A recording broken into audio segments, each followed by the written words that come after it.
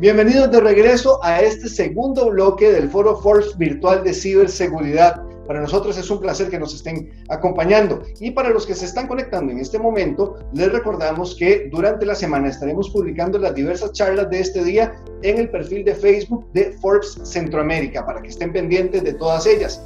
Con recursos limitados y el foco del negocio en el crecimiento, las pequeñas y medianas empresas son las más vulnerables a los hackers y también a los secuestros de información. ¿Están solas las pymes en esta batalla contra el cibercrimen? Bueno, para dar respuesta a esta pregunta tendremos un panel en el que Uriel Nahum, periodista de negocios, platicará con diferentes especialistas de Latinoamérica.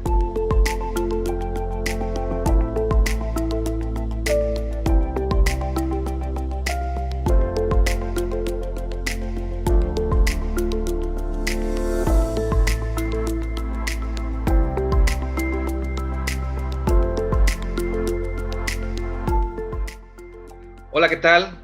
Para mí es un gusto moderar una mesa tan relevante como es la de las pymes, las más vulnerables en temas de ciberdelincuencia.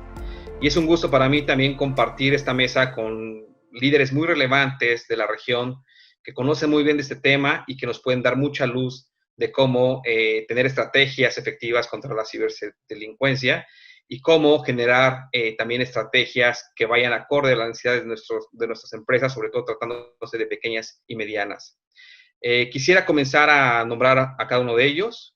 Comienzo por Alejandro Fernández. Bienvenido, Alejandro. Él es Business Development Manager de Novacom. También nos acompaña Jorge Mora, director de Gobernanza Digital del Ministerio de Ciencia, Tecnología y Telecomunicaciones de Costa Rica. Bienvenido, Jorge. También está con nosotros Ignacio Sotelo, director general de la Asociación Mexicana de Ciberseguridad, AMECI. Ignacio, bienvenido. Y finalmente, Omar Quesada, quien es gerente senior de ciberseguridad de Ernst & Young para Centroamérica. Bienvenido a todos. Quisiera, antes de comenzar a plantear algunas preguntas puntuales sobre este tema, dar un contexto, un marco contextual de cómo está el tema de la ciberseguridad para las pymes en Latinoamérica, de acuerdo con un estudio de Zurich Seguros. Este estudio menciona que cuando una pyme se ve afectada por temas de ciberseguridad, el 60% de las ocasiones sobrevive solamente en un periodo de entre un mes y 6 meses. Esto quiere decir que está la afectación que impacta directamente en sus ingresos, impacta directamente en su imagen y muchas veces en su reputación. Y este mismo estudio menciona justamente que la reputación es uno de los factores que más afecta a las pymes cuando tienen un problema de esta naturaleza y que muchas veces no les permite levantarse una vez más hacia la operación cotidiana porque se ven afectadas principalmente con los clientes y con sus propios proveedores. Y en este caso, estas pymes que se ven afectadas en temas de reputación solamente tienen entre 1 año y 1 año y medio de vida. Las pymes en general, estas pequeñas y medianas empresas carecen de recursos y en ese sentido es que yo quisiera comentar a la mesa, a quien guste responder. En este caso, si te parece bien, Omar, comenzamos contigo. ¿Cómo está impactando el tema de la ciberseguridad a las pymes y por qué estas pequeñas unidades productivas son las que se ven más afectadas con esta situación que, como hemos dicho, no conoce fronteras ni conoce nacionalidades? Omar, por favor. Claro, Uriel, gracias por la pregunta y gracias a todos los colegas que están en esta sesión y a los que nos están escuchando, viendo en este momento. El tema de ciberseguridad en general, en este tema que nos encontramos en esta pandemia, ha tenido un repunte en el tipo de ataques que se han estado dando. Los ciberdelincuentes han estado utilizando de forma inescrupulosa el tema del COVID para satisfacer necesidades de información que tienen los usuarios, haciendo campañas de malware, campañas de phishing, utilizando la pandemia del COVID como la fuente para la carnada. Las pymes se han visto principalmente afectadas porque típicamente, y eso es un dato que en Iguay a través de encuestas que hemos estado haciendo, en la región el tema de ciberseguridad no ha sido una prioridad o no ha estado alineada con las necesidades del mercado, de las industrias o de la información que maneja la pyme. Por ende, el estado de ciberseguridad que tienen las pymes está muy orientado a lo que un proveedor, un tercero le ofrece. y en base a las reglas de servicio que tienen los proveedores, ese nivel de ciberseguridad no necesariamente es el adecuado, o inclusive la pyme cree que el utilizar ciertas plataformas tecnológicas las hace más seguro o tener menos vulnerabilidades que utilizar cosas o plataformas en on-prem. Entonces, Uriel, para concretamente responder, las pymes actualmente están más vulnerables porque, uno, no tienen ciberseguridad como una prioridad a la hora de utilizar plataformas colaborativas, a la hora de utilizar tecnología, y dos, no están conscientes o tienen una estrategia de cómo mejorar su plataforma de ciberseguridad y no lo ven como una necesidad de primer paso, y por ende el ciberatacante utiliza esa no concientización en temas de ciberseguridad y donde está logrando encontrar mejores áreas de ataque y resultados a sus ataques. Gracias, Omar. Ignacio, en Amesi, ¿cómo están viendo esta situación de las pymes en temas de ciberseguridad? Sabemos que en tu caso estás más enfocado a México, sin embargo, también tenemos conocimiento de que sigues puntualmente lo que pasa en otros países de la región. ¿Qué podemos comparar en cuestión de estrategias y cómo se están enfrentando las pymes de Latinoamérica a esta situación de la ciberdelincuencia? Gracias, Uriel. Gracias a todos los compañeros del panel.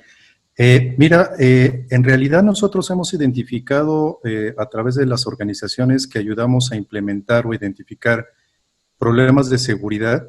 En efecto, como comentaba Omar, hay una tendencia en utilizar, bueno, en este caso lo que nos está afectando la contingencia sanitaria, siempre los temas vigentes o los temas de moda son justo lo que utilizan los ciberatacantes para tratar de comprometer las organizaciones. Ahorita hemos identificado una tendencia en la cuestión del robo de identidad, pero no de personas. Ahorita en México se está gestionando un robo de identidad de empresas, es decir, clonan los sitios, hacen presencia en redes sociales y venden productos a través de esa imagen. Hemos identificado acá en México esa tendencia que se está realizando y la necesidad de ciertos productos necesarios en el consumo diario es justo donde están pegando ahorita los cibercriminales y están teniendo un hit bastante interesante. En Latinoamérica, obviamente, como somos, y Centroamérica, somos tan parecidos pues en la gestión de la ciberseguridad, coincido mucho con Omar en el sentido de que si hay poca inversión en tecnologías de la información, la seguridad no ha sido tan importante contemplado en el gasto, en la prevención y sobre todo en la gestión. El carácter o la presencia de un encargado de ciberseguridad, un CISO, no existe en muchas organizaciones. El encargado de tecnologías de la información es el que precariamente o con pocos conocimientos pues asume la responsabilidad de la seguridad. Entonces, esto lo identificamos a nivel México y experiencias que hemos tenido con otros países de Centroamérica, es como un factor común en las organizaciones. Qué interesante, Ignacio. Sobre todo esto que mencionabas de la clonación de páginas electrónicas. Es increíble lo que está sucediendo y es un buen ejemplo de cómo están afectando a las empresas el tema de la ciberdelincuencia. Jorge, de acuerdo con un estudio de IBM, 77% de las compañías a nivel mundial carecen de planes y estrategias de ciberseguridad. Efectivamente, muchas de ellas son pymes. ¿Qué se puede hacer desde el ente público, desde el gobierno, para impulsar políticas que de alguna forma ayuden a que esas unidades productivas no se vean afectadas por estos ataques y esta situación de ciberseguridad? Muchas gracias, Uriel, por este espacio y también un saludo a los compañeros de la mesa y a las personas que nos están sintonizando. Sí, este es un reto que tienen todos los gobiernos en este momento para el trabajo de la política pública. Tenemos que ver esto como un tema integral, no es únicamente un tema técnico específico cuando hablamos de ciberseguridad. Y cuando hablo en el tema integral, tienen que ver con diferentes aristas en las cuales los gobiernos tenemos que trabajar y enfocar el esfuerzo. Por ejemplo, en el tema de educación, tenemos una gran brecha digital y una gran brecha en el tema de ciberseguridad. Pero esto tenemos que irlo trabajando desde las escuelas, desde los colegios, desde las universidades, desde capacitaciones en nuestros lugares de trabajo y también capacitaciones a nuestros adultos mayores. Trabajar en el marco normativo. Realmente estamos en etapas muy tempranas a nivel legal de los temas de ciberseguridad, y eso es un gran reto que enfrentan los gobiernos, en los cuales tenemos que trabajar y enfocarnos. Luego, cambiar el tema de la mentalidad, del tema de capacitaciones de estas pymes, pequeñas y medianas empresas. Nos hemos esforzado por la parte productiva, la parte de la administración, la parte del mercadeo digital, pero tal vez carecemos del tema de la seguridad de la información que estas empresas y cada una de las pymes tienen. Hay un valor grande en los datos que almacenan. Y bien lo decías al inicio, las estadísticas dicen que muchas de estas empresas, luego de un incidente, terminan cerrando luego de 1 o 6 meses después del incidente. ¿Por qué? Porque al no estar preparadas, no tienen un plan de recuperación y perdieron información importante y no pueden entrar en operación. Gracias, Jorge. Muchas gracias por tu comentario. Alejandro, tú eres un impulsor de la digitalización de las empresas. Y en la era digital que estamos viviendo, sabemos que el que no esté una empresa subida en esa tendencia, pues prácticamente está destinada a morir. Sin embargo, ¿cómo una empresa puede transitar hacia esta era de la digitalización sin verse afectada por la ciberseguridad? ¿Qué retos tienen las pymes en este sentido, Alejandro?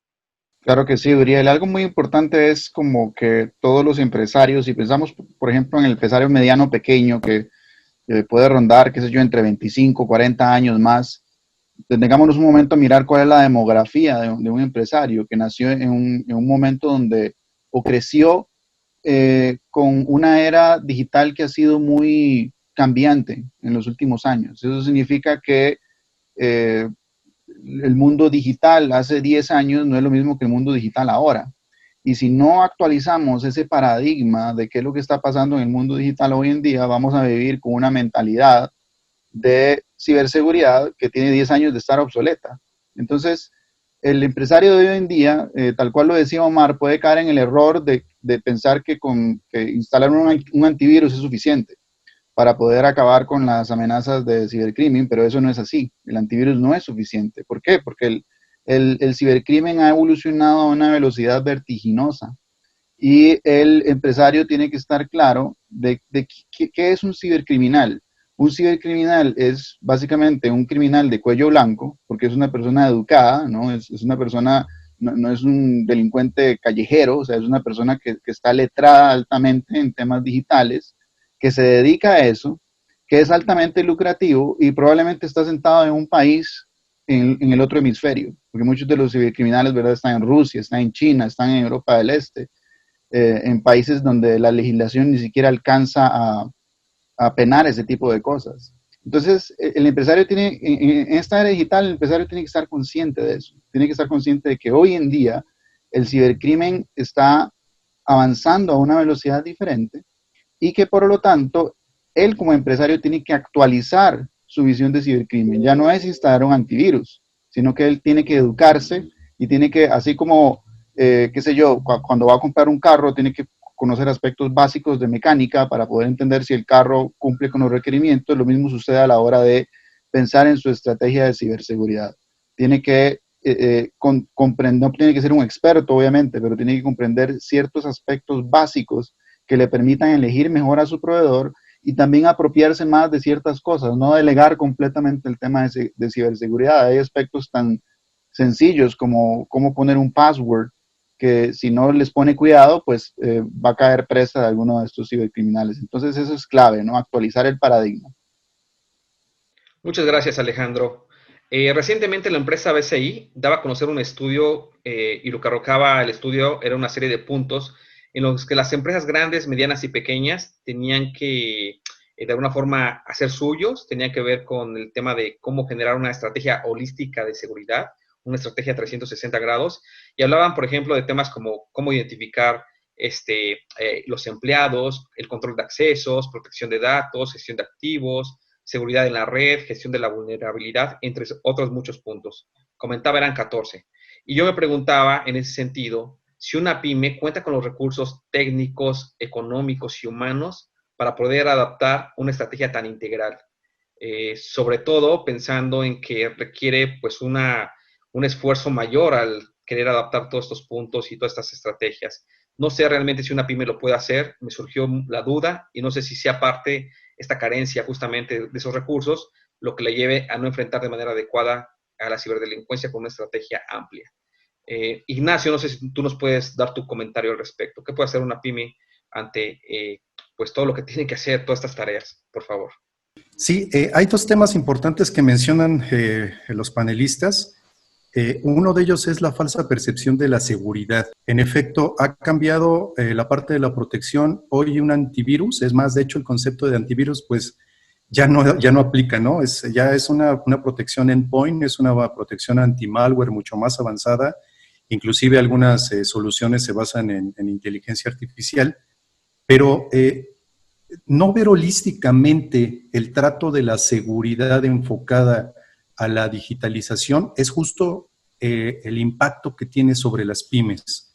Como bien comentaba Alejandro, por ejemplo, nosotros acá en México lo que estamos tratando de realizar es esa capacitación y esa formación a los dueños, a los gerentes o a los directores de las pymes, no solamente en el sentido de la ciberseguridad, estamos tratando de realizar que entiendan cómo funciona la tecnología, cuáles son los elementos que convergen actualmente en el mundo digital en servicios que pueden contratar en Internet, y una vez que comprendan cómo funciona la tecnología y lo que puede hacer la tecnología por su empresa para impulsarlas en el aspecto financiero, entonces nos enfocamos a la parte de la ciberseguridad, porque es algo muy real que la falsa percepción de decir yo tengo una protección perimetral, tengo un firewall, sea la marca que sea, con eso yo ya no debo de preocuparme y no debo de invertir ni tiempo, ni recurso financiero, ni recurso humano, sin saber que en realidad la seguridad es una gestión continua, es una mejora continua,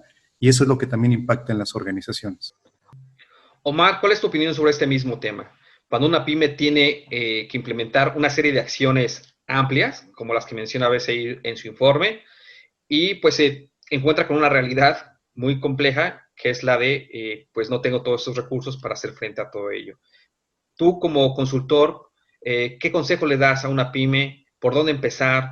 ¿Qué le sugieres en cuanto a los principales áreas a los que debe enfocarse? Omar, por favor, cuéntanos de esto. Bueno, lo primero, que si me pongo en los zapatos de un pequeño empresario, un empresario, inclusive de cualquier tamaño, cuando ven esos listados, lo primero que se preguntan es, ¿a quién llamo y por qué tan caro? O sea, esas son las dos preguntas que van a venir, ¿verdad? Y segundo, no está presupuestado. Entonces, ¿a quién llamo? ¿Por qué tan caro? ¿Y de dónde saco el presupuesto? Porque, como ya nos decían los colegas, ciberseguridad no está presupuestado. O sea, ciberseguridad es algo que se ve como un gasto y no se ve lo que llamamos los cibereconomics. ¿Qué implica si me atacan y tengo que pagar por el secuestro de información o por la vulnerabilidad de la organización, etcétera? Entonces, esas son nuestras preguntas. ¿De dónde saco la plata? No tengo presupuestada. Segundo, ¿a quién llamo? Y tercero, esto va a ser carísimo. Si tengo que hacer tantas las cosas. Entonces, lo primero que nosotros le recomendamos a la organización es que recuerden que en ciberseguridad tenemos un principio. Y es un principio, de hecho, primero que eso es un tema de la organización, no es del área de tecnología o del área de ciberseguridad, si es que existe alguna, es un tema de la organización. Y lo segundo que tiene que recordar un empresario, o tomar en cuenta un empresario, es que tiene que saber que tiene que proteger. Decimos en ciberseguridad que en ciberseguridad protegemos las joyas de la corona y no toda la corona.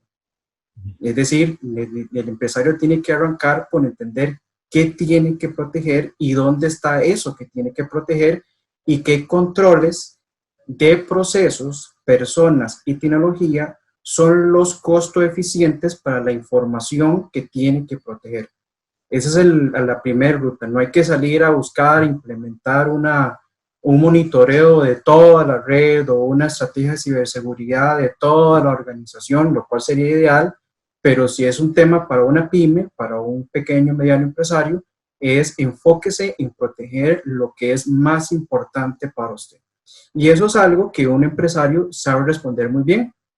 Un empresario le puede responder a usted muy bien si lo más importante para él es la fórmula del producto que manufactura, la información de sus clientes, la información contable, la información de su inventario, de su producto. Normalmente a un empresario le es muy sencillo decir o responder la pregunta es, señor empresario, si hoy por hoy a usted lo atacaron, y le robaran la información o el ataque le daña sus sistemas tecnológicos, ¿qué es lo que a usted más le daría? ¿Que le roben o que el atacante le pare su organización? Y esa pregunta normalmente, y los colegas no me dejan mentir, se la responde muy bien. ¿Qué está respondiendo el empresario? Eso es el activo digital más importante a proteger. Ahora sí, ¿cuáles controles podemos ofrecerle, repito, a nivel de procesos, personas y tecnología para proteger ese activo? Eso es algo muy importante que tal vez como a nivel de consejo le podemos dar a las pymes. Uriel, también quería aprovechar que tengo la palabra porque hay algo que mencionó los colegas Jorge, Ignacio y Alejandro, que es que hoy por hoy los atacantes no buscan necesariamente irse contra el firewall o irse contra la base de datos o contra el servicio de correo. ¿Por qué? Porque para bien o para mal, en un ambiente on-premise o en un ambiente en cloud, los servicios sí tienen cierto nivel de tolerancia a ciertos tipos de ataques. ¿Qué hace el atacante hoy por hoy? Irse al eslabón más débil de la cadena, que hoy por hoy es el usuario final. Ahí es donde el atacante se está enfocando. Las campañas de phishing, malware, van orientadas al usuario final. ¿A qué punto quiero llegar? Que lo mencionaba muy bien Jorge. El tema de capacitación en tema de ciberseguridad sigue siendo la falencia en la mayoría de los assessments que hacemos todas las empresas de ciberseguridad, y en la perspectiva de EY es donde nosotros vemos más falencias. Ahora, ¿qué es lo que pasa? Le está tocando al empresario asumir costos de concientización, de capacitación en temas de ciberseguridad, porque a nivel país el tema de ciberseguridad no se está atacando ni siquiera a nivel universitario, en la academia, donde todos los tipos de profesionales, repito, fuera del área de ciberseguridad o el área de tecnología, sepan cuál es la posición que ellos como profesionales tienen que tener en temas de seguridad. Así como se educan en temas de seguridad física, de cómo proteger el carro, cómo proteger la casa, cómo protegerme de un ataque de cualquier tipo. El tema de ciberseguridad hoy por hoy no es un tema de capacitación ni de concientización ni en academia ni fuera de la academia. Si las organizaciones privadas y gobierno de forma conjunta, incorporando a la academia, empezamos a preparar a la comunidad en temas de ciberseguridad, así como la preparamos en temas de seguridad comunitaria, los empresarios y la situación de los empresarios versus el tema de ciberseguridad podría estar mucho mejor de la que tenemos ahorita. Eso también es otro consejo que le doy entonces a los empresarios. Hay que capacitarnos, y lo decía muy bien Alejandro, hay que capacitarnos en que ciberseguridad ya no es instalar un antivirus, eso ya pasó, es más allá. Entonces tenemos que buscar esa capacitación. Jorge, como sabemos, la ciberdelincuencia pues es un ente que no conoce fronteras, que no conoce de nacionalidades y que puede estar en cualquier lugar, casi es un ente invisible. ¿Qué hacen los gobiernos? En este caso, ¿qué hace el Ministerio de Costa Rica con otros gobiernos para hacer frente a esta situación? ¿Qué esfuerzos, qué iniciativas se están gestando en Latinoamérica particularmente para poder de manera conjunta, como un esfuerzo unificado, hacer frente a la ciberdelincuencia que está en todas partes y al mismo tiempo en ningún lugar? Gracias, Uriel. Sí, correcto. Actualmente el Ministerio de Ciencia, Tecnología y Telecomunicaciones cuenta con el CECIR Nacional, que este es el Centro de Respuesta a Incidentes Informáticos. También en el 2017 lanzamos una Estrategia Nacional de Ciberseguridad, la cual en este momento también estamos en un proceso de revisión para actualizarla para finales de este año, porque como bien comentaban mis compañeros panelistas, el tema de la seguridad, de la informática, del tema digital va evolucionando, va cambiando. Entonces son temas que tenemos que estar en constante revisión. También nos encontramos en cooperación con otros países y con la Organización de Estados Americanos, con la OEA, la cual tiene el CECIR Américas, y estamos enlazados directamente con ellos. Estamos liderando también un esfuerzo desde la Red de Gobierno Electrónico de América Latina y el Caribe, la Red GEAL, para crear una mesa de trabajo del tema de ciberseguridad y unir esfuerzos a nivel de la región para poder, con esta cooperación internacional entre todos los países, hacerle frente a este gran reto que tenemos en nuestros países latinoamericanos. Excelente noticia, Jorge, porque realmente no sabemos hacia afuera, la gente de a pie no sabe qué están haciendo los gobiernos justamente para hacer frente a esta situación de la ciberdelincuencia. Es un esfuerzo que nos mencionas amplio, grande y es de festejar. Pues nos queda poco tiempo para cerrar. Yo quisiera pedir a Ignacio y a Omar si nos pueden dar algunos consejos, sobre todo a las pymes, consejos muy breves sobre los retos que van a enfrentar a futuro y cómo pueden hacer frente a estos retos. Si nos pueden dar algunos tips también que puedan ser funcionales para las pequeñas empresas, por favor. Adelante, Ignacio. Los tips, prácticamente nosotros debemos enfocarnos a atender de manera global o de manera holística en las organizaciones, entender qué es lo que debemos de proteger, tratar de basarnos en alguna metodología básica de gestión de seguridad de la información, que aunque esto a lo mejor parece muy burocrático, siempre va a ser de mucha ayuda para las pequeñas, medianas y grandes empresas. Siempre es importante acercarse a una metodología para poder entender cómo se debe de gestionar la ciberseguridad.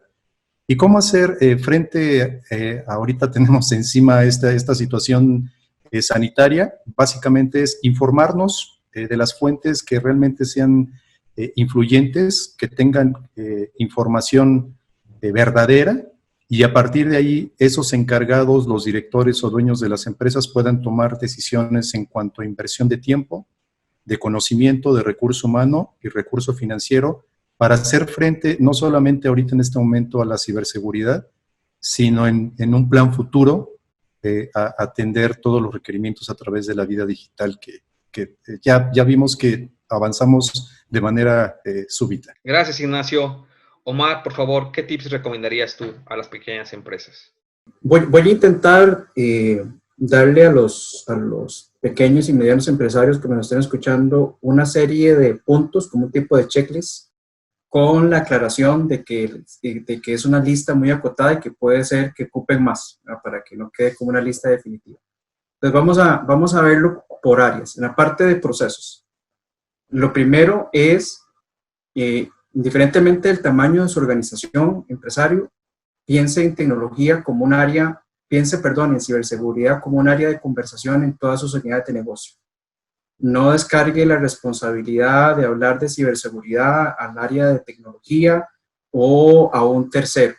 Y si tiene usted contratado a algún tercero que le esté viendo temas de ciberseguridad, es un tema de conversación de sus líderes de la organización. Entonces, por favor, a nivel de proceso, la primera recomendación es tómense un tiempito a la semana, un cafecito y hablen de la postura de ciberseguridad que tiene su organización. Tómelo como un punto de agenda en sus reuniones operativas, ejecutivas, de estrategia, y piensen si lo que están haciendo está contemplando temas de ciberseguridad. Si están ingresando o mejorando su plataforma de e-commerce en este momento de pandemia, que hay que digitalizarse en su proceso de producción y venta. ¿Está ciberseguridad en la mesa de conversación? ¿Estamos haciéndolo de forma segura? Hágase el cuestionamiento. En EY decimos Secure by Design, que lo que ustedes estén pensando en sus procesos operativos, comerciales, de recurso humano general, de toda la área de la organización, piensen como organización si están tocando el tema de ciberseguridad. Eso es en la parte proceso. En la parte persona, capacitación. Bien lo decían los colegas, el tema de que todo mundo en la organización sepa si lo que está haciendo está colocando a la organización en un punto vulnerable, es una responsabilidad de todos, absolutamente de todos en la organización, no importa el rank que tengan dentro de la empresa. Entonces, capacitarse en temas de ciberseguridad es un punto muy importante. Desde una perspectiva tecnológica, lo mencionaba muy bien Ignacio, ahorita se está dando mucho el tema de robo de identidades a nivel empresa y a nivel persona.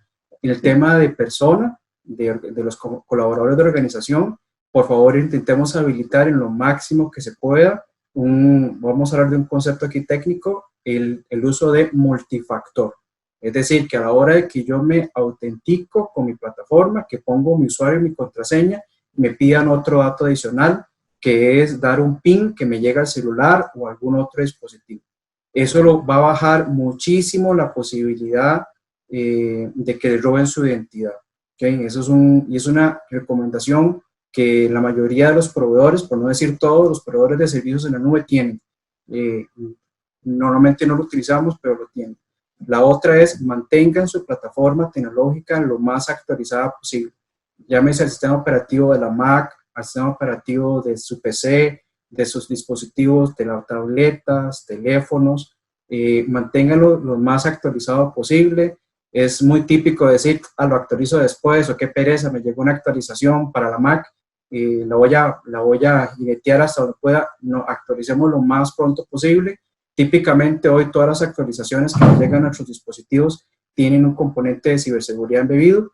Entonces, por favor, mantengamos nuestras plataformas bien actualizadas, nuestros antivirus, antimalware bien actualizados, nuestra protección de punto muy actualizado. Y para terminar, identifiquen dónde está la joya de la corona y pregúntense, ¿esta información que quiero proteger o este sistema tecnológico, esa plataforma tecnológica que tiene que proteger, que también la tengo protegida? Puede ser que el empresario, el pyme, el mediano no tenga la respuesta de qué también. Entonces aquí busquemos en el ecosistema de proveedores de ciberseguridad una asesoría puntual. Eso les va a asegurar, uno, que están invirtiendo en lo que ustedes consideren es más importante para su plataforma, y es una consultoría puntual. Eso lo que hace es que tenga un retorno a la inversión en ciberseguridad que debería ser muy bueno. Y me gustaría a mí dejar tal vez 3 mensajes. Uno para las pymes. Pensemos cuánto nos ha costado el esfuerzo, el tiempo que hemos puesto en el desarrollo de nuestras empresas, y si estamos arriesgando tal vez el futuro de nuestra pyme por no contar con el tema de ciberseguridad. Ciberseguridad no es un gasto, es un seguro ante un incidente que puede ayudarnos a mantenernos con vida en el tiempo. Un segundo mensaje tiene que ir para los gobiernos, y eso es un compromiso que de mi parte también tengo que asumir, y es un cambio de mentalidad. Tenemos que empezar a trabajar de formas más conjuntas. Formas más conjuntas, como ejemplo, el Ministerio de Economía, que trabaja con las pymes en los diferentes países, debería trabajar de la mano con los ministerios de Ciencia y Tecnología o con las áreas de ciberseguridad de los países. El desarrollo de estrategias de alfabetización para que la gente pueda entender cada día más, las empresas puedan entender mejor la importancia del tema de la ciberseguridad. Y un tercer mensaje que es para todos nosotros: aprovechemos la tecnología, disfrutemos de las ventajas que nos ofrece la tecnología, pero también cuidémonos y desconfiemos. No todo lo que brilla es oro, y si llegan a solicitarnos información personal como claves, números de tarjeta, es mejor desconfiar y no brindarla.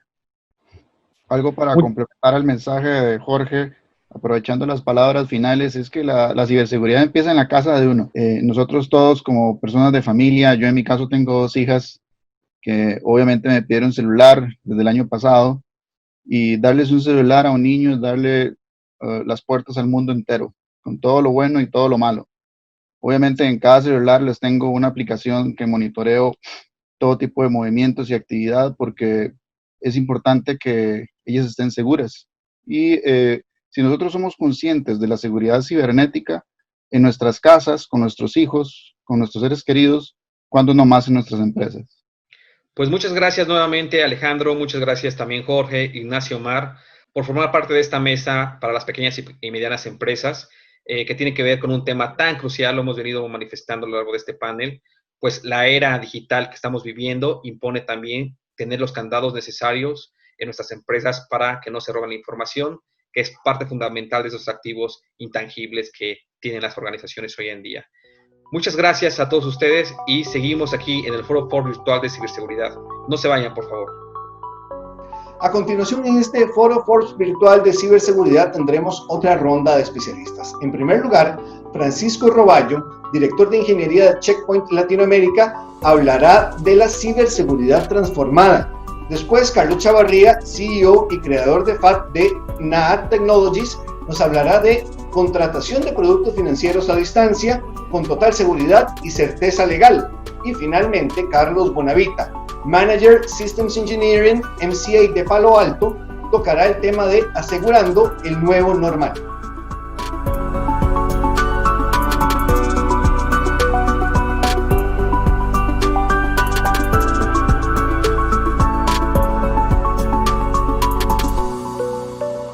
Gracias. Soy Francisco Roballo, soy el director de Ingeniería Checkpoint para Latinoamérica y el día de hoy les traigo un tópico que es muy importante en estos momentos en los que la pandemia del coronavirus ha cambiado nuestra forma de vivir, nuestra forma de hacer negocios, ha obligado a que las empresas se transformen digitalmente de forma acelerada y obviamente la seguridad es uno de los factores que también se ha transformado. Empecemos. Aquí tenemos las 10 tendencias luego del COVID que el Foro Económico Mundial en el mes de abril mencionó serían aquellas que estarían regulando, normando o los negocios que tendrían auge o las tendencias que harían que estos negocios se muevan. Y que han existido previamente al COVID, no son tendencias nuevas, simplemente que hoy día más que nunca tienen vigencia, como el trabajo remoto, la impresión de 3D, robótica y drones, telemedicina, entretenimiento en línea, compras en línea, por mencionar unos pocos. Y obviamente esto hoy tiene más auge que nunca. Por ejemplo, voy a mencionar de estas 10 tendencias, una de ellas que se hizo relativamente especial como un ejemplo que no es el único a nivel global, pero nos hace dar cuenta del impacto de esto. El New York Times publicó el mes pasado una entrevista, un reportaje bien interesante de una ciudad del Reino Unido que mientras sus ciudadanos estaban encerrados, en cuarentena, no podían salir a hacer compras de supermercado, no podían abastecerse, no podían salir a restaurantes, una compañía decidió sacar sus robots para ayudar en esta cadena de suministros, para ayudar a que las personas puedan abastecerse y básicamente anticipar o acelerar este movimiento robótico, básicamente de delivery, que estaba planeado hacerse en un futuro, pero finalmente terminó adelantándose por la situación de la pandemia. Y este es uno de los, solo un ejemplo, a manera de ejemplo, uno de los factores que hoy día aceleran los negocios. Vuelvo a mostrar estas 10 tendencias que, de nuevo, no fueron creadas por el coronavirus, simplemente tomaron mucha más importancia, tienen una particularidad. ¿Cuál es esta? Que de una u de otra forma, estas tendencias aceleran la adopción de la nube pública, y hacen que los negocios o tengan que moverse aceleradamente hacia la nube o tengan que nacer en la nube per se, porque todas las herramientas de agilidad, básicamente, de toma de decisiones rápidas, están en la nube. Avancemos. Antes de COVID, ya ciberseguridad era uno de las preocupaciones más importantes y de hecho se mencionaba como dentro del top 5, una de las alertas probables que podían cambiar nuestra forma de vida, nuestro modus vivendi. Una pandemia, una situación de salud o condiciones climáticas extremas eran posibilidades que se mencionaban previamente y ya hemos visto estos meses que una pandemia en efecto ha cambiado nuestra forma de vida. La ciberseguridad o los ataques cibernéticos eran otro de los factores que podían cambiar nuestra forma de vida. Ahora bien, cuando la pandemia empezó a mencionarse por ahí en el final del 2019, principios del 2020, los atacantes ya tomaron muchísima ventaja, por decirlo así, y empezaron, por ejemplo, a registrar en los inicios de enero del 2020 una cantidad importante de dominios asociados con coronavirus. Básicamente, ¿para qué? Para aprovecharse utilizando técnicas como phishing, aprovecharse de la ingenuidad de las personas, incluso para aprovecharse de la de que la gente quiera compartir lo que tiene, donar lo que tiene inclusive, y usarlo de forma maliciosa. Por ejemplo, varios dominios ofrecían recaudar donativos para la Cruz Roja Internacional, por ejemplo, y hubo mucha gente que cayó en esos dominios intentando hacer donaciones sin saber que básicamente estaban donando para los bolsillos de los atacantes. Entonces, básicamente los atacantes, sin escrúpulos de ningún tipo en este caso, buscan aprovechar las condiciones de la vida y en este caso las condiciones del mercado para seguir lucrando. Bien. Ahora, una vez que pues, la pandemia no ha terminado, pero estamos en medio de la pandemia y en este nuevo normal, nuestro mundo nos presenta varios retos y el mundo de la ciberseguridad nos presenta varios retos. ¿Por qué razón? Vamos a verlo. Primero, actualmente existe una detección generalizada una mentalidad generalizada de detección, perdón. ¿Qué significa esto? Básicamente que estamos acostumbrados a que nuestras soluciones, el software que nos protege, solo detecte y no prevenga. Les voy a poner un ejemplo también asociado a la pandemia. Esto es como si permitiéramos el paciente cero, es decir, tenemos la posibilidad de que una persona cercana a nosotros se contagie con coronavirus. Si una persona cercana a nosotros se contagia con coronavirus, existe una altísima probabilidad de que contagie a las personas que viven en la misma casa. Pasa lo mismo con la mentalidad de detección, con la mentalidad de paciente cero. ¿Qué significa esto? Que si admitimos que uno de los computadores de nuestra casa, de nuestra empresa, se contagie, solamente uno de ellos, para a partir de ahí empezar a hacer prevención, corremos ya una altísima probabilidad de que esa amenaza se encuentre ya en nuestra red, que contamine a muchos otros equipos, que comprometa nuestros datos, la información que es el activo más importante de las organizaciones, por esta mentalidad de detección. También porque las compañías, las empresas y las personas, desde el punto de vista tecnológico, no están preparadas para defenderse ante las nuevas amenazas.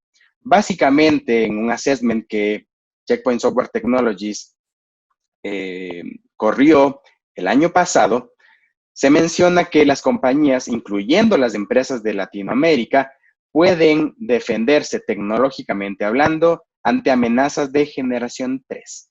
Estas amenazas, estamos hablando de hace 10 años. Estamos hoy en la 6ª generación de amenazas. Significa que, tecnológicamente hablando, las compañías no están preparadas para defenderse ante nuevas amenazas. Amenazas que se presentan al día de hoy precisamente al tener aplicaciones en la nube, al tener aplicaciones de Internet de las cosas, hablando, por ejemplo, de salud. Salud hoy en día es uno de los mercados y las verticales más importantes, precisamente porque de esta vertical dependen nuestras vidas, y hoy esto, en tiempos de coronavirus, se ha puesto más latente que nunca. Y, por ejemplo, hay muchos, miles de dispositivos de Internet de las cosas médicos conectados al Internet, como medidores de líquidos, medidores de presión, sistemas que realizan supervisión corporal, rayos X, etcétera, que necesitan estar conectados a Internet, que no tienen el mismo nivel o no tienen tal vez ningún tipo de nivel de protección. Entonces, los atacantes aprovechan eso, y las compañías, en este caso, los hospitales, para usar el ejemplo, no están preparados tecnológicamente para defender a estos dispositivos súper sensibles ante amenazas cibernéticas que ponen, en este caso, en riesgo la vida de las personas.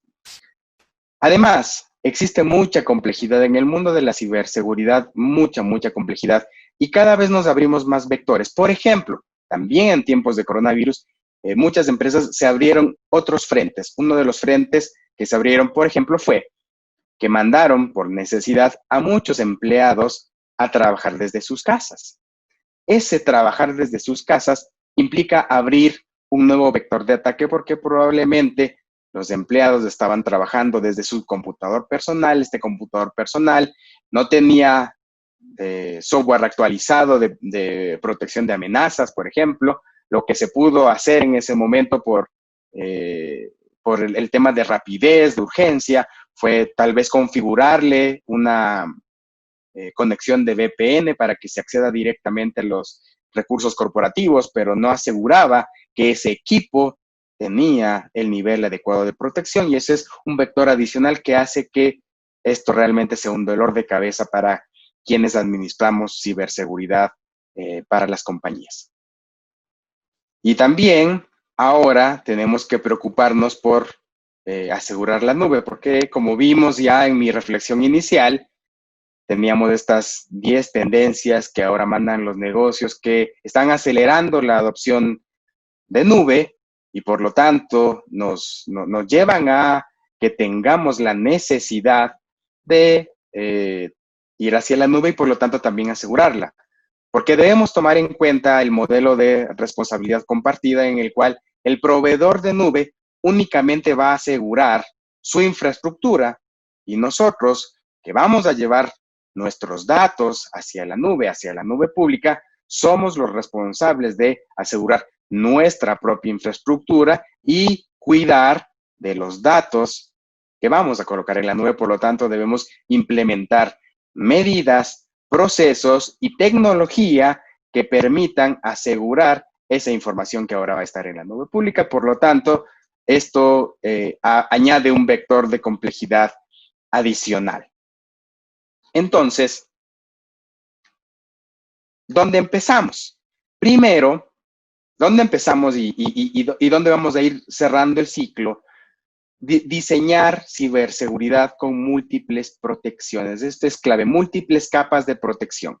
Capas de protección que permitan prevenir las amenazas conocidas, prevenir, esto es clave, prevención ante amenazas desconocidas, que tengan un diseño, una arquitectura diseñada en cero confianza, acceso en cero confianza, que permitan gestionar el cumplimiento de regulaciones, que permitan que el acceso a estas infraestructuras de nube pública sea de forma segura y que además nos permitan chequear cómo hemos codificado nuestras aplicaciones, cómo hemos codificado el acceso a esas aplicaciones a través del API, el consumo de esas aplicaciones desde los distintos modos que se dan hoy, por ejemplo, utilizando funciones serverless, por ejemplo, utilizando contenedores, Kubernetes, por ejemplo, que permiten consumir las distintas aplicaciones corporativas, también que se permita asegurar eso. En resumen, lo que debemos hacer es, primero, tomar en cuenta arquitecturas de seguridad que permitan defendernos ante amenazas de sexta generación, amenazas que están presentes al día de hoy, que tengan o estén diseñadas como arquitecturas de ciberseguridad que consoliden, que nos permitan cubrir la mayor cantidad de vectores de ataque y que finalmente estén diseñadas para prevenir, no detectar, para prevenir desde el minuto cero, desde el segundo cero, ante cualquier tipo de amenaza. Esto es lo que tengo para comentarles el día de hoy. Quedo atento a sus dudas o a sus inquietudes. Muchas gracias.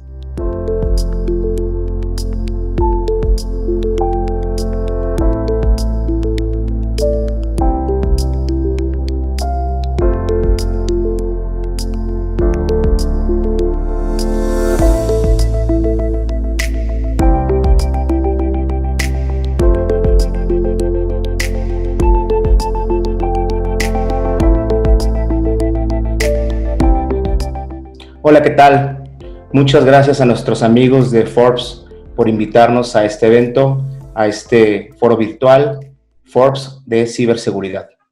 Mi nombre es Carlos Chavarría, soy el socio fundador de NAAD Technologies y creador de la firma Autógrafa Digital, En esta ocasión vamos a hablar de la contratación de productos financieros en general, no solamente de productos financieros, sino de transacciones a distancia con total seguridad y certeza legal. Pues estamos ante un reto que parece no tener fin. Se pensaba que esto iba a terminar pronto desde China hasta América hace algunos meses y parece que no. Bueno, la OMS ha dicho que esto va a continuar hasta no sabemos cuándo, entonces parece que tenemos que adaptarnos de forma definitiva a lo que va a pasar. Y en principio, pensando en el foro de ciberseguridad y hablando del COVID-19, pues la audiencia se preguntará, ¿qué tiene que ver la ciberseguridad con el COVID?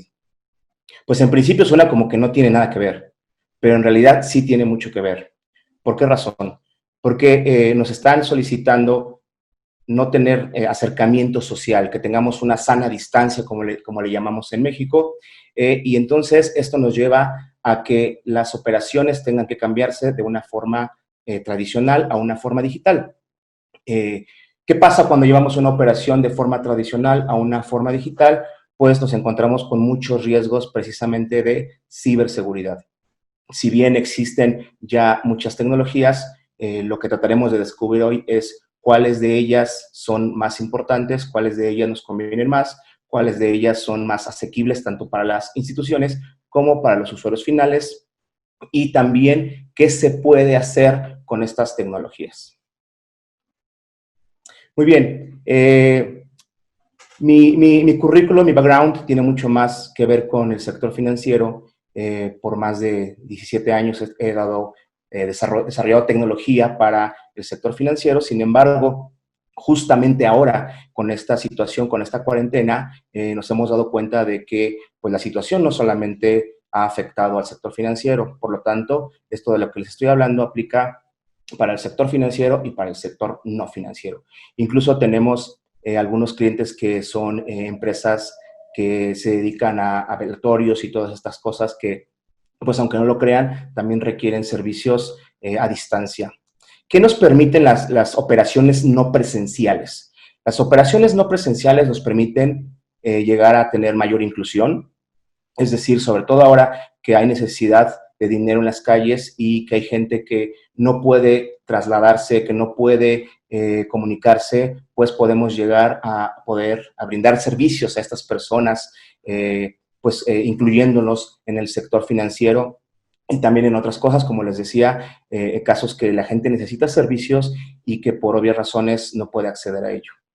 También en el tema de la accesibilidad, la distancia justamente puede ser foco central del tema de la distancia, de la cuarentena y todo esto. Las tecnologías nuevas nos permiten pues estar como lo estamos haciendo en este momento, ¿no? Con la audiencia de Forbes, pues platicando y compartiendo cosas, pero además de eso, no solo transmitir información, no solo charlar, sino también poder garantizar tener transacciones seguras utilizando estas nuevas tecnologías. Además, pues también estos temas nos ponen en una situación muy complicada respecto a poder seguir operando con lo que se le conoce como las branches o las sucursales en todos los tipos de industrias, sobre todo en el sector financiero, que no pueden estar abiertas todas, que no se puede atender a mucha gente. Pues desafortunadamente han tenido que cerrar muchas oficinas, pero creo que también, como todas las crisis, representa una oportunidad para innovar, y esto de lo que estamos hablando es justamente ello.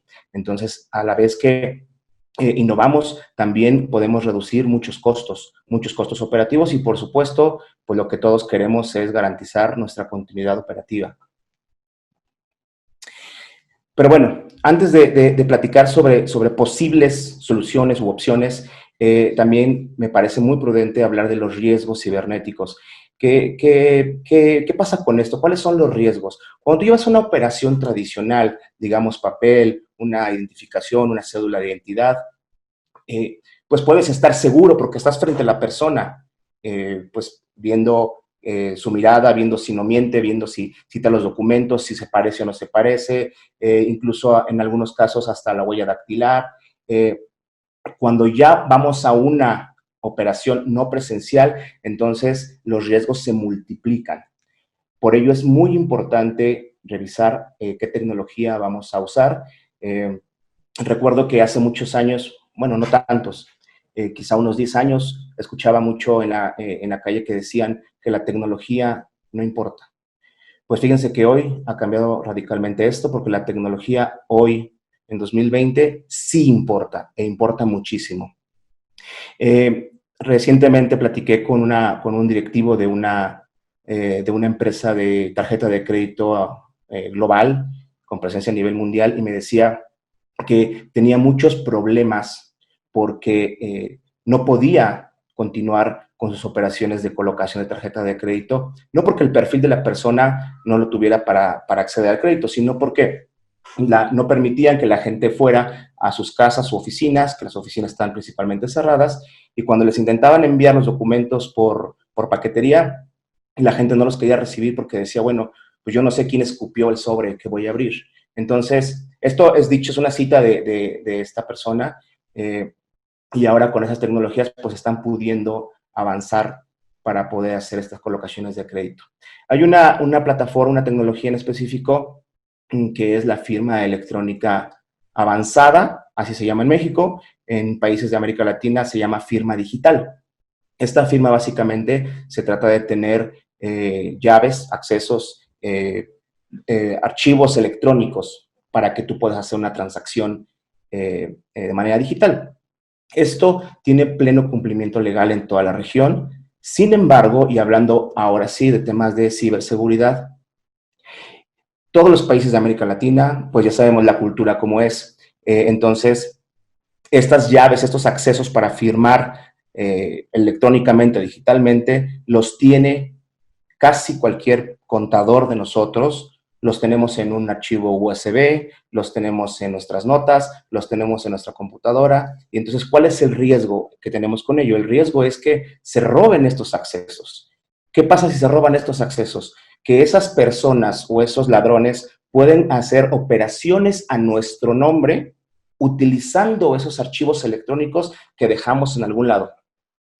¿Cuál es el riesgo principalmente con esto respecto a la operación? El riesgo no solamente es que se roben ese archivo, el riesgo es que legalmente en todos estos países nosotros somos responsables de ello.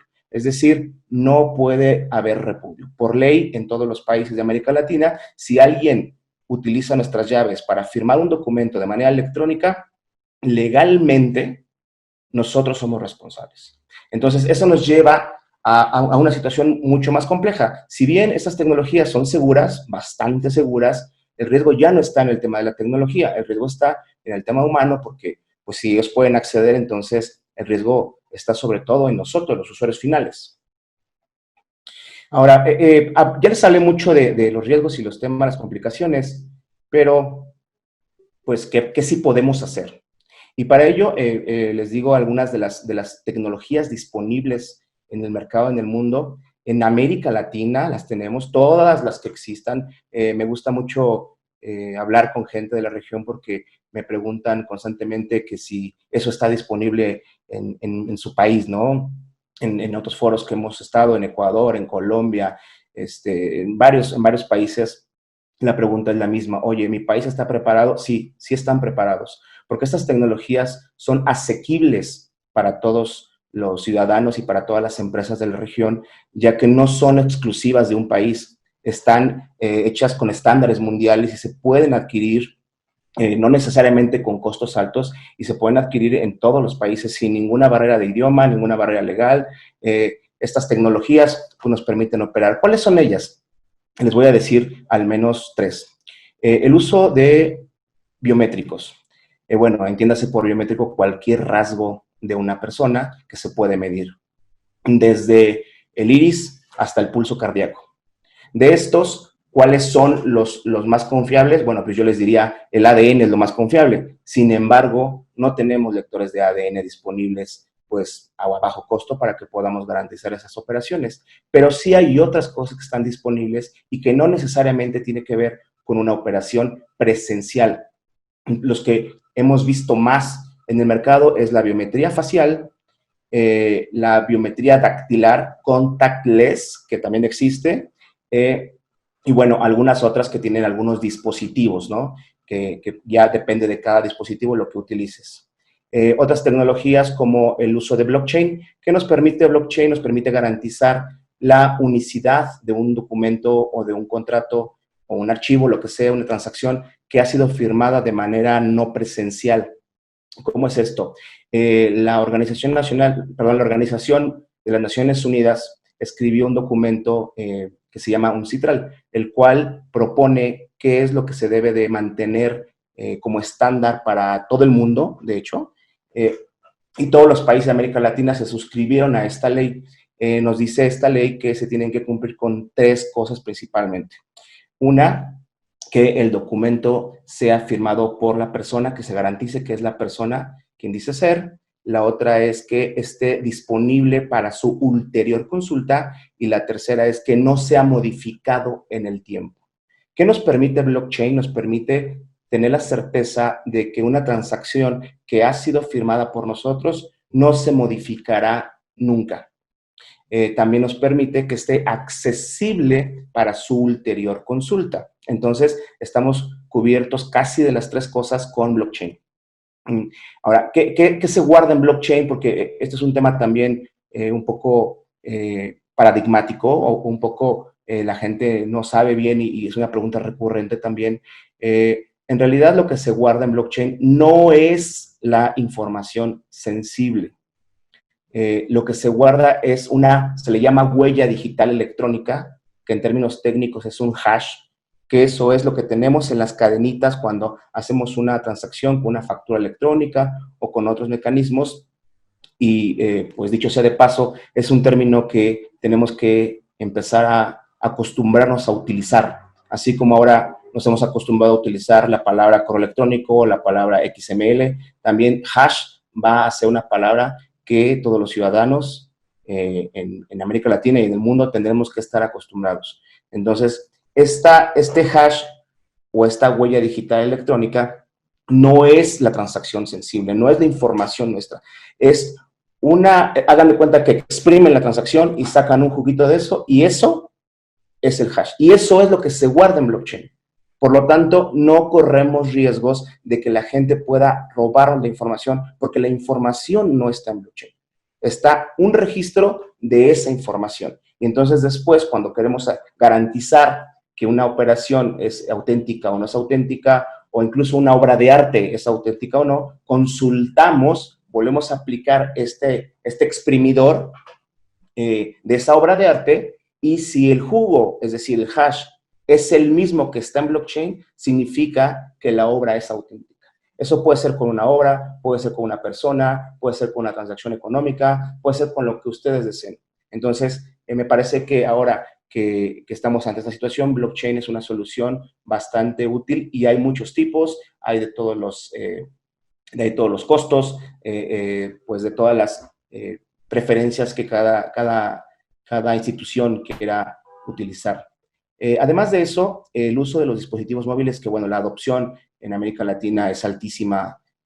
Según Facebook, estamos arriba del 60% de uso de los dispositivos móviles. Por lo tanto, lo que debemos hacer las instituciones y los oferentes de tecnología no es llevar más dispositivos a la calle. Eso no es de lo que se trata. De lo que se trata es de utilizar los dispositivos del usuario final para dar a los usuarios, para llevar a estos usuarios todos los productos y servicios que nosotros ofrecemos. Entonces, se trata ahora de utilizar la capacidad instalada en cuanto a la infraestructura que ya tenemos para llevar estos productos y servicios sin necesidad de que nosotros, instituciones, tengamos que invertir más dinero, pero tampoco el usuario final tenga que invertir más dinero. De hecho, se pueden hacer operaciones completamente offline, y después, en algún momento, cuando se tenga señal de internet o alguna cosa, ya se envían todas las transacciones. Los dispositivos se catalogan en 3 tipos: gama alta, gama media y gama baja.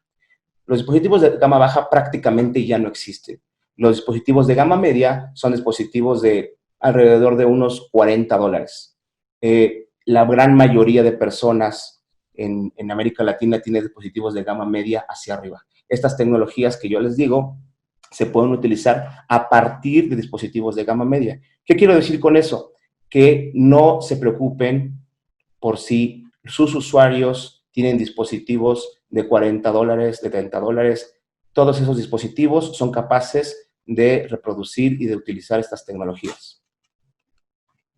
Ok, ¿y qué opciones tenemos para la contratación de servicios financieros o de cualquier producto, como les decía, en cualquier sector? Básicamente hay dos. En este caso, México ha sido pionero en estos temas porque, bueno, pues ha estado desafortunadamente y antes de esta situación que tenemos, pues con un problema de fraude por robo de identidad. Entonces, después de Inglaterra, México es el segundo país que escribió leyes para regular las transacciones no presenciales. Para eso tenemos básicamente dos opciones. El uso de videoconferencias en línea o el uso de una videograbación no en línea. Como les hablaba del tema de llegar a las personas a inclusión financiera donde no pueden estar, donde no tienen un internet de banda ancha, pues tenemos la opción de videograbación. ¿Cómo funciona esto? No es nada más tener una opción de estas que ya existen de videoconferencia, no me refiero a eso. Me refiero a tener plataformas donde se interactúa con el usuario, se graban las sesiones, se muestra la cédula de identidad, se valida la cédula de identidad ante los registros civiles, RENAPER o como se llame en cada país, se obtiene una fotografía de manera automática de la persona mientras está interactuando, se compara por biometría facial contra la fotografía de la cédula, se hacen preguntas que ya están prescritas, scripts se le llaman, para saber si la persona tiene las respuestas que nosotros esperamos que tenga, y si todo esto funciona bien, entonces podemos celebrar el contrato, como también con el dispositivo electrónico. Tomamos el teléfono y firmamos con el dedo y nos videograban mientras estamos firmando, y esta videograbación se compara también por biometría facial con la fotografía de la cédula que previamente fue validada ante este registro civil o ante el INE, como se llama en México. Todo esto se guarda en el expediente electrónico y, bueno, es una certeza para las instituciones para que puedan seguir operando. Por otro lado, con la videograbación tenemos básicamente el mismo proceso, salvo que no es una videoconferencia en tiempo real. Entonces, ¿qué sucede ahí? Ahí lo que se agrega es tener una plataforma para poder tomar la captura con el mismo dispositivo del usuario, tomar la captura de la huella dactilar, y esa huella dactilar otra vez se valida contra los registros civiles para saber que la persona realmente es quien dice ser.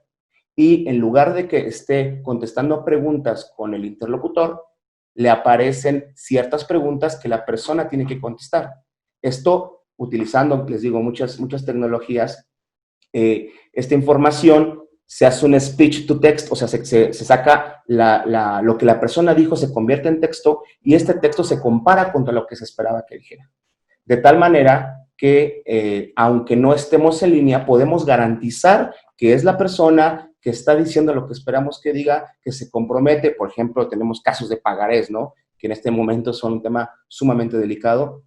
Se pueden firmar pagarés, se pueden firmar cartas de decisión, se pueden firmar actas de asamblea. En algunos países nos han pedido la tecnología para usar, para celebrar estas actas de asamblea de los accionistas. Todo esto se puede hacer a través de estas tecnologías. Les digo, básicamente son estas dos, una donde está asíncrona, digamos, que no necesitas a fuerza un ejército de personas para atender a tus usuarios, y la otra donde sí necesitas a la persona, a los ejecutivos, digamos, para que atiendan a tus usuarios. ¿Cuáles son los mecanismos que tenemos que garantizar para tener seguridad y certeza legal? Bueno, es importantísimo que tengamos una validación de una cédula de identidad, llámese pasaporte, credencial de lector, y bueno, pues diferentes cédulas que existen en los países. Hay que validarla contra la institución que la emite. Hay que hacer esto de manera en línea, o si no se puede en línea, se recoge la información y después en offline se pueden hacer estas validaciones. Pero número uno, hay que validar un documento de identidad. Número dos, tenemos que usar biometría, y yo sugiero no usar solo una, usar multibiometría, por ejemplo, utilizar biometría facial y utilizar biometría dactilar y utilizar biometría grafoscópica.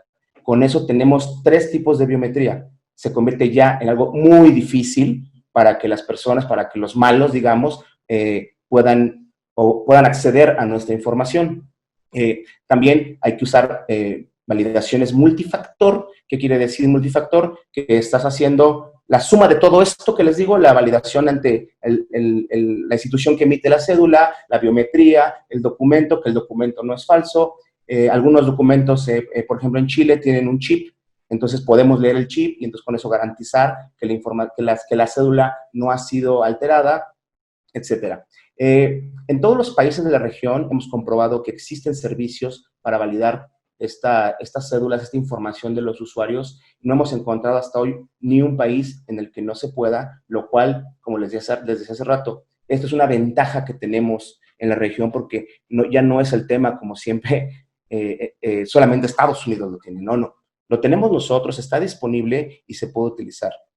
Además de que, a pesar de que cada país tiene una regulación distinta, como les decía, la ONU ha creado estos estándares que si se cumplen, entonces es completamente legal porque estos países se suscribieron o se adaptaron a estas leyes. Bueno, en conclusión, mi mensaje principalmente sería que, pues sí, es una situación muy triste la que está viviendo el mundo.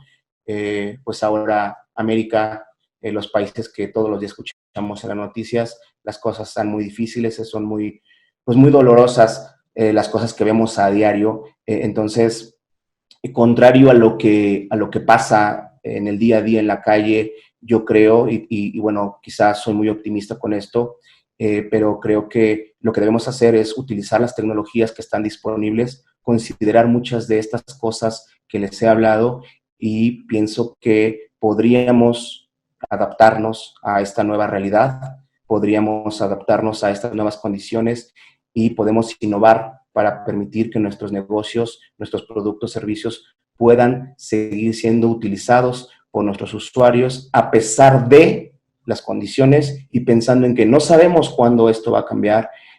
Tomemos esta situación como una oportunidad y utilicemos estas herramientas tecnológicas bien protegidas en temas de ciberseguridad, por supuesto, pero quiero decirles que nosotros con la experiencia en el sector financiero, pues estas transacciones no son el futuro, son el presente.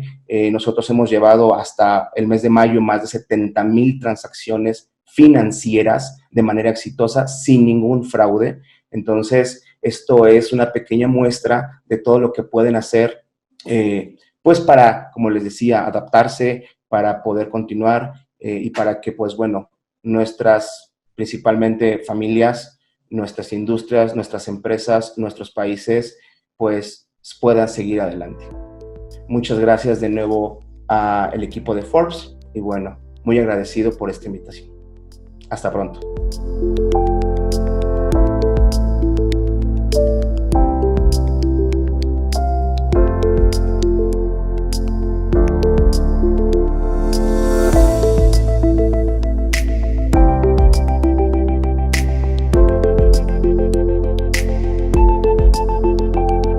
Buenas, mi nombre es Carlos Bonavita, soy el ESI Manager para MCA. MCA es lo que consideramos Latinoamérica, a excepción de México y Brasil. Y en el día de hoy les vamos a estar hablando de lo que llamamos asegurando el nuevo normal. También muy basado en todo el diseño, en la estrategia de Zero Trust que venimos impulsando un Palo Alto Networks desde hace varios años. Hoy el negocio es 100% digital y más hoy en día la vida se transformó en algo digital. Nuestros hijos utilizan la tecnología, utilizan sus iPads, sus laptops para poder tener clases. Podemos hablar con nuestros doctores, nuestros médicos también a través de videoconferencias. Las compras online, todo se ha masificado y se ha transformado de manera digital. Pero hoy lo estamos viendo a partir del COVID-19, esta pandemia que vivimos mundialmente, lo estamos notando y viviendo día a día. Entonces, desde el lado del administrador, desde el lado de quien maneja toda la seguridad, con tantas herramientas que tenemos en el mercado, tantas alertas que estas generan, lo que termina siendo o sucediendo es el doble o el triple de trabajo manual. Por eso el concepto de silos, el concepto de tecnologías diferentes para poder avanzar se complica, y al hacerlo manualmente necesitamos poder llevarlo a un punto de automatización para poder pelear y avanzar correctamente. Si estamos hablando de, por ejemplo, de firewalls, legacy, con lo que son políticas no basadas en Next Generation Firewall, que están hablando por puerto protocolo, estamos dejando una superficie de ataque muy amplia. Entonces, tenemos que buscar la forma de llevar estas políticas apuntadas a servicios en específico. Esto, claramente, nos mete en el desafío de ir rápido y manejar el riesgo. Entonces, ¿cómo podemos hacer esto? Definitivamente, para la velocidad requiere simplicidad. No podemos dar una vuelta o doblar a la izquierda si vamos a 300 kilómetros por hora en un abrir y cerrar de ojos, porque vamos a tener un problema. Entonces, tenemos que tener una consistente visibilidad y control de lo que está pasando en nuestra red, de lo que está pasando en cada uno de los usuarios o qué están haciendo cada uno de ellos. Por eso, todas nuestras herramientas tienen que estar integradas entre sí, tienen que poder trabajar y aportar cada una de ellas en la seguridad de la empresa, y esto se logra con la analítica, analizando cada uno de los datos que nos dan estas diferentes herramientas, unificarlas y tener herramientas que automaticen cada una de estas situaciones o soluciones que vamos a ir teniendo en el paso a paso. Nuevamente, hablamos de un adversario totalmente automatizado que con un simple clic nos puede generar millones de ataques. Por ende, nuevamente, tenemos que estar preparados nosotros también, tenemos que integrar nuestras soluciones y tenemos que saber quiénes pueden tener el acceso y a dónde. Por eso la filosofía y la estrategia de Zero Trust. Cero confianza y análisis de todo lo que está pasando en nuestra red. Anteriormente, y hasta el día de hoy, seguimos sacando dispositivos de seguridad de las cajas y vamos a tener una red que es la llamada Untrust y otra que es la llamada Trust, y nos vamos a encontrar con la gran problemática de qué es lo que busca Zero Trust. Justamente no confiar en nada y evitar la gran problemática de los malicious insiders. Puede ser no un usuario que está en la red interna que simplemente quiere hacer algo mal. Eso es relativamente, pasa todo el tiempo, pero puede ser una equivocación, puede ser un usuario que se encontró un USB en la calle, lo conectó en su laptop y eso inyectó un malware dentro de la red, porque después se fue a la red de la empresa y tampoco estaba la seguridad. Y claro, a nivel legacy, la red interna era la que se confiaba por default, la Trust. Entonces, lo que apunta el diseño o el modelo de Zero Trust justamente es cero confianza en toda la red, en absolutamente toda la red. Y de esa manera tenemos que saber también de que las personas no son paquetes, ¿sí? No es algo que van a trabajar sí o sí de una forma. Entonces, tenemos que poder analizarlo. Tenemos que olvidarnos, ¿sí?, que vamos a confiar en la red interna por default, y tenemos que saber cuáles usuarios pueden acceder a cierta información o a ciertos servicios, cuándo y dónde. ¿Sí? La confianza es una emoción que no puede ser aplicada en sistemas digitales. Esa es una frase que define muy bien lo que es la estrategia de Zero Trust. Entonces, cuando hablamos de Zero Trust, para llevarlo y ejemplificarlo, lo podemos ver muy claramente con estas imágenes. Vamos a tener en esto 3 preguntas para hacernos, o podríamos hacernos 3 preguntas o muchas más, pero en este caso, ¿quién es el presidente? ¿Sí? ¿Dónde está el presidente? ¿Y quién debería de tener acceso al presidente?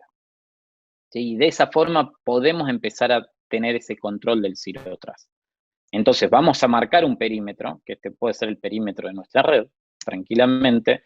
Vamos a definir una superficie a proteger, que es el auto donde va el presidente. Vamos a tener diferentes controles, lo que nos van a armar unos microperímetros. Y claramente todo lo que esté sucediendo alrededor de nuestra red también lo vamos a estar monitoreando. Es de la única forma, con estos microperímetros y estos controles específicos por usuarios, por grupos de usuarios, por aplicaciones, lo tenemos que hacer. No podemos simplemente permitir o no permitir un tráfico en específico. De nuevo, ¿en qué no confiar? ¿Sí? Ni en los usuarios, ni en los dispositivos, ni en las aplicaciones, ni en el contenido. Tenemos que aprender a tomarnos el análisis y la desconfianza para evitarnos un problema futuro. ¿Sí? El diseño del concepto de Zero Trust es entender el negocio, diseñarlo lógicamente desde el interior hacia el exterior, determinar qué y quién y cuándo puede acceder a ciertos recursos y también, lógicamente, inspeccionar todo el tráfico y loguear todo lo que está sucediendo. ¿Sí? Vamos a definir la superficie de ataque y acá el ejemplo que siempre damos con los Next Generation Firewalls es una cosa es permitir SharePoint como aplicación y otra cosa es permitir los puertos o el puerto 80. Sobre puerto 80, puerto 443 pueden entrar miles de aplicaciones hoy en día. En cambio, si yo simplemente habilito SharePoint, voy a permitir solo el tráfico de SharePoint. Y eso es lo que nos va a generar, es reducir la superficie de ataque y ya tener un análisis más puntual de qué es lo que tenemos que cubrir. De esa forma tenemos que analizar y entender cuál va a ser la transaccionalidad del tráfico o el flujo de tráfico en sí. Y así definimos una arquitectura, o vamos a plantear una arquitectura del modelo de Zero Trust. ¿Sí? Después vamos a aplicar políticas sobre esto y claramente vamos a monitorear, tenemos que monitorear y mantener estas políticas día tras día. No es simplemente de que armamos el concepto de Zero Trust y lo vamos a estar enviando y no lo vamos a actualizar, sino que día a día, hora a hora, tal vez, vamos a tener que ir actualizándolo y tenemos que estar enfocados en eso, en qué recursos va a acceder este usuario. Y eso es lo que le llamamos Zero Trust. Más, y por último, más hoy en día, con los usuarios remotos, muchas empresas tienen a sus usuarios, o todas las empresas tienen a sus usuarios trabajando remotamente. ¿Y cuál es la seguridad que se les da? A muchos de ellos están utilizando sus propias computadoras, sus propios laptops, iPads, para acceder a recursos locales. Entonces tenemos que tener presente claramente qué es lo que le vamos a permitir, cuáles son los accesos, los servicios, el contenido que va a poder utilizar ese usuario en específico. Y claro, considerar y tener en cuenta que hay varios controles físicos que no se van a estar teniendo para ese usuario una vez que esté en la casa. Al estar en la casa no tiene mismo la seguridad física del edificio, del headquarter donde él trabaja, no va a tener la seguridad también a nivel de los firewalls o de la infraestructura que ya tenía esa empresa como tal. Y al usar su propio laptop quizás va a tener algunos controles, pero no va a ser exactamente lo mismo, a menos que la empresa esté totalmente actualizada a nivel de seguridad. Muchas empresas hoy lo hacen, muchas de las empresas que trabajan con nosotros simplemente fue la configuración de un feature en específico. Muchos ya lo estaban aplicando desde hace un tiempo largo. Entonces, ese cambio puede ser rotundo, puede ser muy fuerte, o si se mantiene y se trabaja en un concepto de Zero Trust constante, es simplemente un día más que se va a estar entrando en este análisis como tal de mejora. Y espero que hayan entendido el concepto de Zero Trust y que lo puedan aplicar. Es lo que recomendamos hoy, es lo que pretendemos que todos nuestros clientes y todas las empresas trabajen con este concepto. Y recuerden, es un concepto, es una estrategia, no es una solución. No es una solución que nosotros les vamos a estar vendiendo a ustedes, sino que es una estrategia que tienen que llevar ustedes como tal para lograr una mejor seguridad en la red, más en estos tiempos del COVID, y cómo tenemos que evitarlo. Esta es una de las formas. Muchas gracias.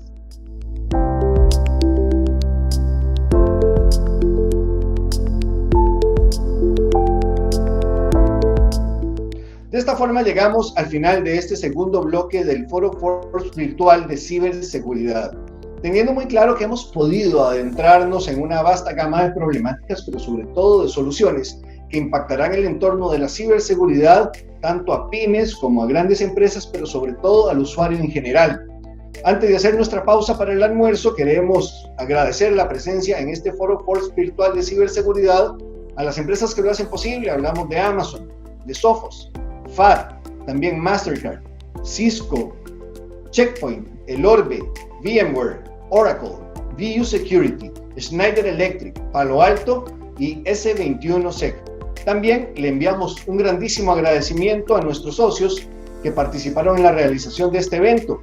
Hablamos de la Asociación Mexicana de Ciberseguridad, Comunicación Corporativa y AF Comunicación Estratégica. Que disfruten su almuerzo y nos vemos en unos minutos.